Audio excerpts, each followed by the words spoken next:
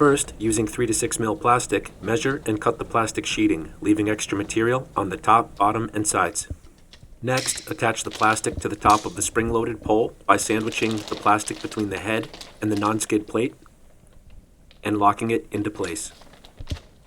Raise the first spring-loaded pole to the ceiling using the twist locking mechanism.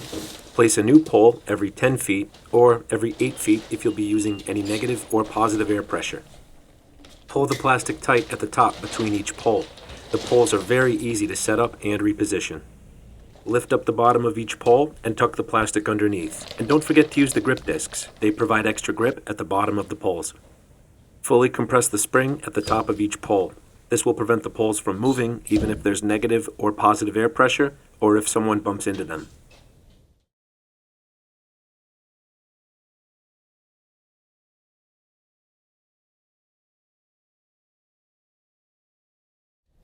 To create a heavy-duty zipper entry, unroll the first zipper flap, line up the bottom, peel away the paper backing, and press apply the zipper to the plastic sheeting, starting at the top and working your way down. Install the second zipper roughly doorway width apart. Using our specially designed zipper knife, cut the plastic sheeting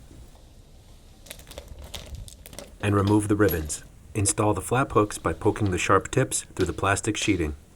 Now you can roll the door flap up and hang it in place to allow for easy access when moving tools, equipment, or materials in or out of the job site. When you're ready to get back to work, simply drop the flap down and zip it closed.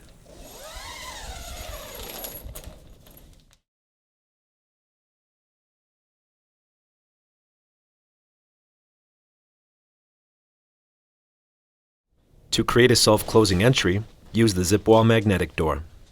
Feed the header bar through the pocket at the top of the door panel, snap the header bar into the poles, tuck the bottom of the panel under both poles, cut a slit in the plastic.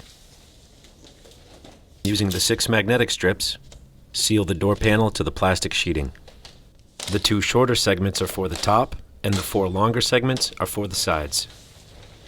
Coming in from the back, cut the excess plastic away by tracing the magnetic strips with your knife.